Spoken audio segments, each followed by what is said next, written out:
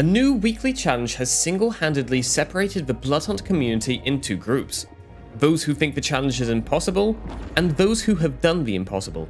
The challenge consists of traveling 7,000 meters in a single match, and in this video, I'll show you how I did it, and give you 8 tips and tricks to help you complete it. Covering this much distance in a match isn't something that happens by accident, and you'll have to spend the whole match moving as fast as possible for as long as possible to complete it. So forget setting a new kill record, you're going to be busy. My first tip is to attempt the challenge in a Bloodhunt solos match, as this should have the least amount of people shooting you at a time, and give you extra lives to continue your tour of Prague with. Just remember to top up on extra lives on your travels. With this in mind, my second tip is, don't attempt the challenge in a match with a windy modifier. The zones will close in much faster in a windy match, giving you less space to evade enemies and a shorter overall time to rack up the distance.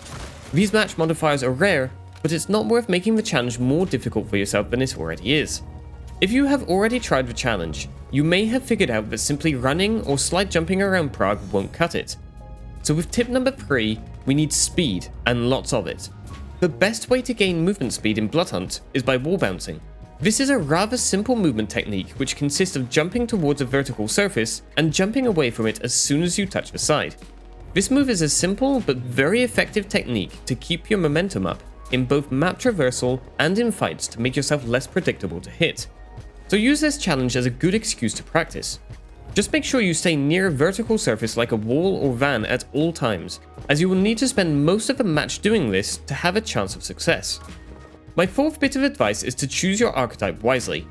While the challenge is possible with all the archetypes, some of the abilities will make it a little easier for you to conserve your momentum or avoid enemy players who don't care how long you've been trying this for.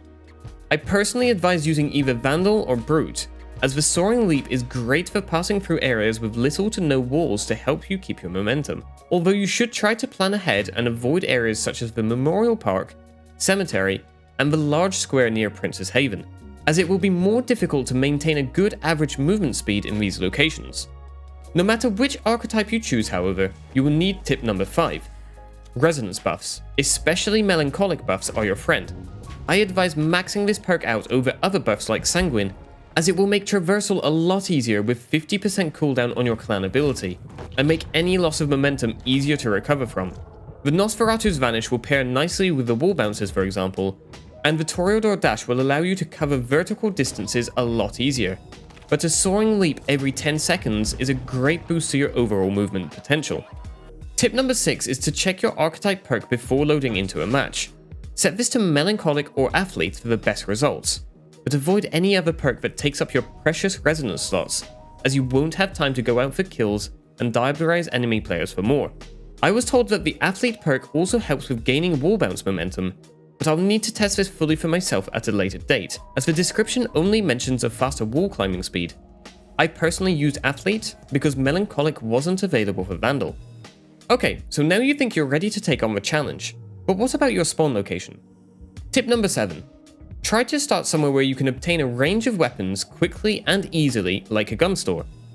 The objective here is to grab a couple of weapons to help defend yourself during the match, but don't overthink this. You ideally want to grab the first 2 decent weapons and get on the move.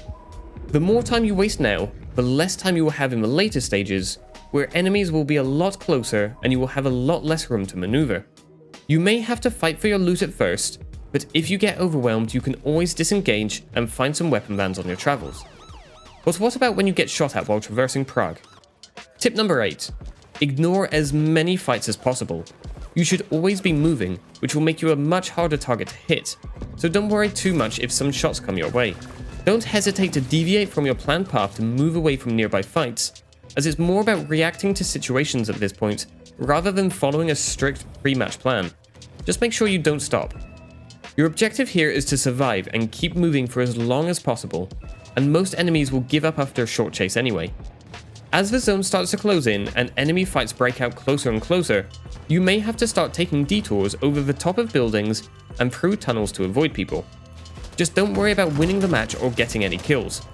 I finished 8th with 2 kills on my first attempt, and I was only 200 meters away from hitting my goal, so achieving 7,000 meters and a top 10 would be possible with good movement. 7,000!